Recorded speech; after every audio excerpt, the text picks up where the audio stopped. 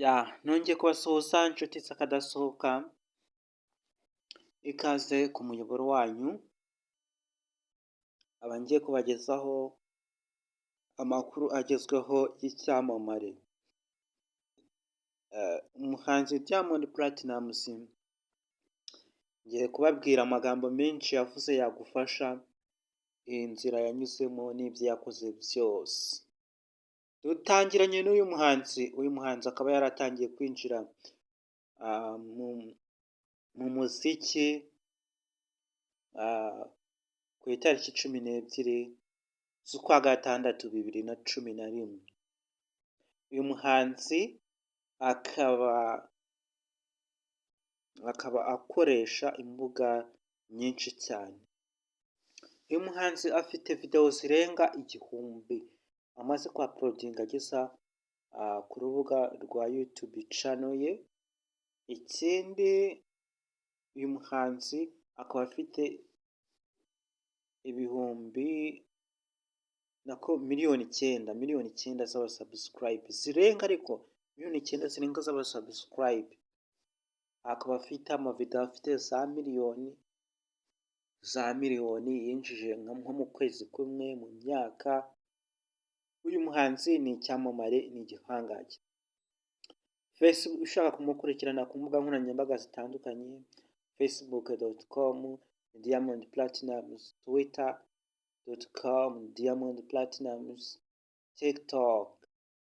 tiktok.com Diamond Platnumz, audiomack.com audioplatnumz.com Diamond Platnumz, spotify.com Diamond Platnumz, twitter.com Diamond Platnumz, za Twitter, IG cyangwa se Instagram, naho instagram.com cyangwa se IG, instagram.com ni Diamond Platnumz, za Tidal, Boomplay Diamond, boomplay.com ni Diamond Platnumz, Tidal.com ni Diamond Platnumz. Hari izindi mbuga nkoranyambaga akoresha, muzo tumaze kuvuga tutavuze, wazandika muri komenti tukazisangiza abandi. Iki cyamamare niba uri umukunzi, wazajya umukurikirana kuri izo mbuga nkoranyambaga zitandukanye.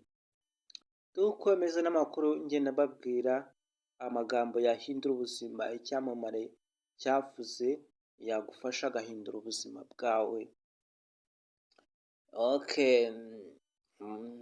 Ndashimira abantu mwese mwagiye mukora like, comment na subscribe, ni iby'agaciro. Ngira ngo abantu bashya mutari mwakora subscribe cyangwa se sabune mu gifaransa, icyo nababwira mukore kuri iyo nzogera kuri subscribe. Ntabwo ari igisasu ngo kirabaturikana, mukoreho ubundi muze hano muri uyu muryango, muzajye mumenya amakuru agezweho, ibyamamare ku isi hose, amakuru yose. Muzajye mureba video nagiye nkora zitandukanye zabafasha cyane. Ninjye mbabwira ngo twagiye Genisede, muzajye mumenya ibyo ari byo. Genisede ni umuntu uba ufite amakuru ku kintu runaka, cyangwa se umuntu uba ufite amakuru uba ari update. Rero twakomeje Genisede, aho muri hose ngo ndabasuhuje. Twakomeje n'amakuru akurikira. Icyamamare Diamond Platnumz, inama yagiriye abantu benshi cyane bakunda kumubaza ubutunzi bwe, aho bwavuye, inkomoko n'impamvu yabugezeho. Akaba afite ikigo cya betting, afite indege.